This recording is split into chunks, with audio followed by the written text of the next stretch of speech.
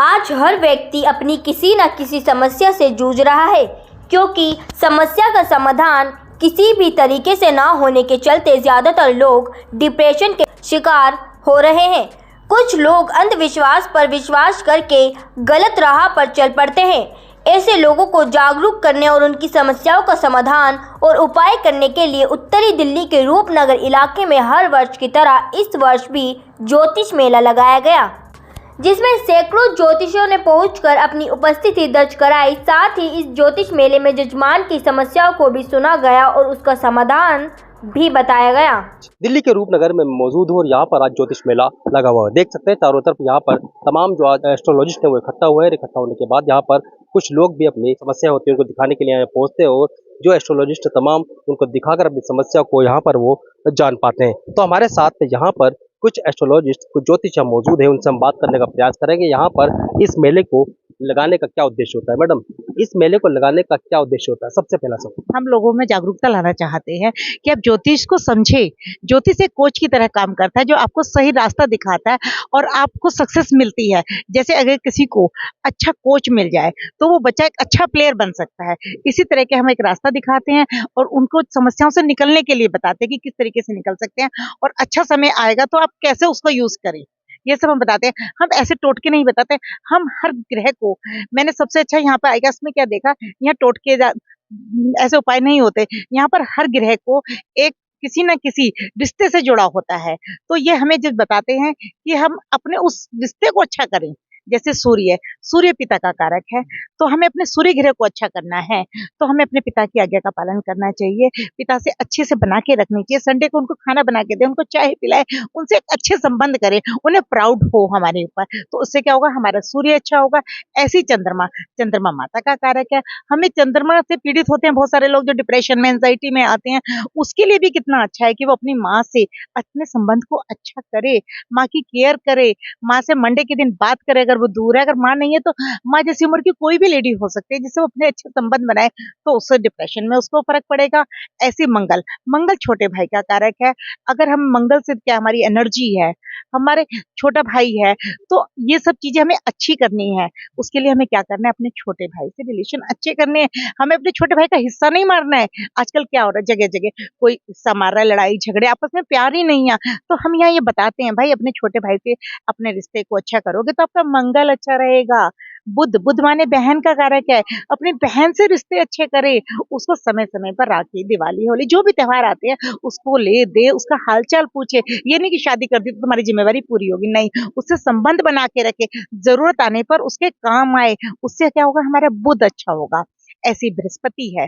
बृहस्पति ग्रह क्या है, बड़े भाई का कारक है। हमें अपने बड़े भाई से अच्छे रिलेशन बनाने, अपने गुरु को अच्छे संबंध बनाने चाहिए। गुरु की आज्ञा का पालन करेंगे तो हमारा गुरु अच्छा होगा। शुक्र, आजकल क्या है, कोई भी बाहर तो इधर उधर सब खुशी से बात करते हैं किसी से भी, पर अपनी ही धर्म पत्नी की इज्जत नहीं करते। हम बताते हैं आपको अपना शुक्र अच्छा करना है तो अपनी पत्नी से रिलेशन अच्छे करें, उसको सही समय पर सही जगह पर इज्जत भी दें और उसके खाने पीने रहने सब चीजों की जिम्मेवारी है आपकी। वो खुश है तो आपका शुक्र अच्छा है, शुक्र खुश है तो वैभव है, सब कुछ है जिंदगी में, एंजॉयमेंट है। ऐसे ही शनि ग्रह, अब हमारा 2024 आएगा, वो शनि का नंबर है। उसमें क्या है, अगर हम क्या करेगा, वो एक स्थिरता देता है। अभी जो केतु का नंबर था, केतु ने क्या किया, काटे, सब रिश्तों को काटे। जैसे किसी के अफेयर थे, कई लोगों के कटे, लेकिन जैसे अब शनि आएगा तो स्थिरता देता है, वो मतलब कि स्टेबिलिटी बनाएगा। तो उसके लिए हम कहते हैं, भैया जो क्लास 4 एम्प्लॉइज हैं उनकी इज्जत करो, उनकी रिस्पेक्ट करो, उन्हें दुत्कारो नहीं, उसका हिस्सा ना मारे, उसको जो उसका बनता है उसको प्रॉपर दे।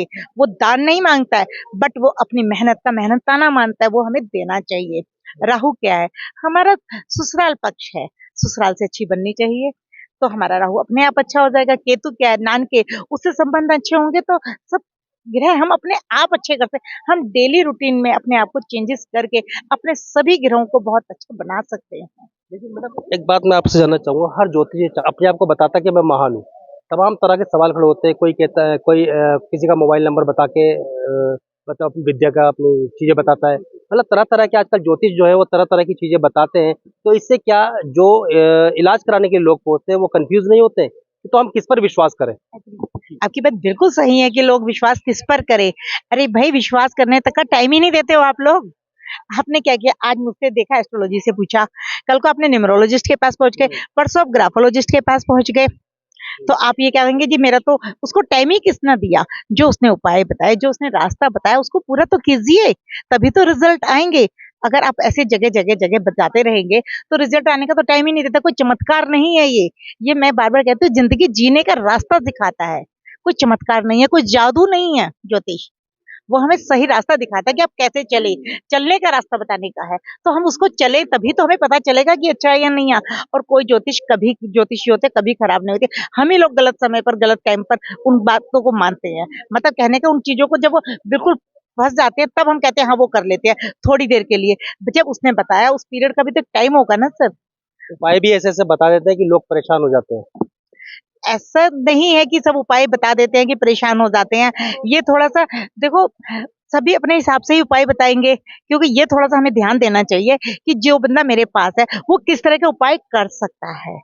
अभी किसी गरीब इंसान को मैं बोलूं कि तू 500 जनों को खाना खिला दे, वो तो नहीं खिला सकता। अगर किसी अमीर को बोलूं तो जरा 5 रोटी गाय को खिला दे, ये क्या मजाक कर रही है ये। ऐसा बिल्कुल नहीं है कि उपाय काम नहीं कर। हमें सही संदेश क्या देना चाहिए? मैं सही संदेश यही देना चाहूंगी कि आपको वो सब करना चाहिए, उसको टाइम देना चाहिए। ये आप बताइए ज्योतिष को कि भाई मैं इतनी, मेरी आर्थिक स्थिति नहीं है, मैं ये नहीं करता, तो उसके पास ऑप्शन होते हैं। वो कोई कंपलसरी नहीं है कि एक उपाय बता दिया आपको वही करना है। आपको ऑप्शन बताएंगे, जो आपको सूट करे आप वो कीजिए। अब जैसे मैंने कहा कि आपको जी क्या कहते हैं, शुक्रवार को जी आप इत्र लगाओ, ये करो वो करो, ठीक है, नहीं कर सकते तो गाय को तो एक रोटी दे ही सकते हैं, वो भी तो शुक्र का ही उपाय है। अपने अंडर गारमेंट्स तो फटे हुए नहीं पहने, एटलीस्ट उनको तो ठीक करें। वो जो फटे पुराने पहनते हैं उससे भी तो हमारे ये शुक्र खराब होता है। तो इस तरह के हम उपाय छोटे छोटे बता सकते हैं जो हर कोई कर सकता है।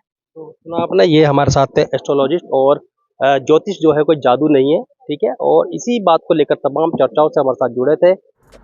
कुछ लोग एस्ट्रोलॉजिस्ट को अंधविश्वास के नज़रिए से देखते हैं, लेकिन हकीकत में ज्योतिष विद्या कोई जादू टोना नहीं होता, सिर्फ एक ज्ञान होता है जो पुराने ऋषि मुनियों द्वारा लिखे गए ग्रंथों में से पढ़कर और एजुकेशन के माध्यम से जजमान की समस्याओं को बताकर समाधान बताया जाता है। देखो, लोगों की प्रॉब्लम होती है बहुत ज़्यादा, सब अपने घर से परेशान है, बिजनेस से, सब चीज़ों से। यहाँ पे हम लोग उपाय बताते हैं, ज़्यादा महंगे उपाय नहीं बताते, हल्के फुल्के बताते हैं, रेमेडी उनको बताते हैं, उनसे उनको बहुत फ़ायदा होता है। अब लोगों को फ़ायदा होता है तो हम लोगों को भी फ़ायदा ही हो जाता है उससे, तो वो लोग हमसे आते हैं, मिलते हैं। तो हर साल हम यहाँ, क्योंकि हम लोग यहाँ से पढ़े हुए हैं, हम लोग यहाँ से पढ़े, तो हमारा भी काम है कि हम लोग यहाँ पे आके बढ़ावा दें अपने टीचर्स को, स्टूडेंट्स को, फिर हमारे जो सहपाठी हैं उनको। तो लोग आपस में मिल भी लेते हैं, लोगों को रेमेडी भी बता देते हैं, दोनों काम हमारे हो जाते हैं। तो सुना आपने, ये लोगों को उपाय भी बताते हैं और उपाय के बाद उनका समाधान भी हो जाता है। तो कुछ और महिलाएं साथ में हमारे हैं, उनसे बात करेंगे। हाँ जी, बताएं, आज सोचे आप मेला लगाए हैं, क्या उपाय बताए गए, क्या आपने सुने हैं? उपाय तो नाम बताइए अपना। मेरा नाम रानी ढिंगरा है।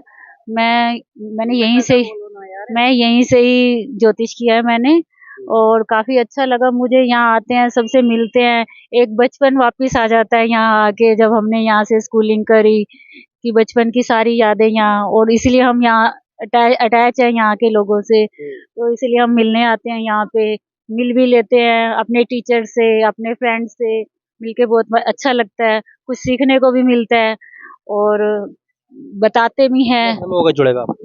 हमें 8 साल हो गया यहाँ जुड़े हुए, तो काफी अच्छा लगता है यहाँ आके। रेमेडीज, नई नई रेमेडीज भी पता चलती हैं, हम बताते हैं, आगे हमें कुछ सीखने को मिल जाता है। सीनियर एस्ट्रोलॉजिस्ट भी हमारे साथ में, उनसे बात करेंगे। मैम, क्या कहेंगे, आज पहुंचे? आज जो मेले में पहुंचे हुए हैं, बहुत सारे लोग पहुंचे हुए हैं, इनके काफ़ी समाधान इनको मिल रहे हैं यहाँ करके।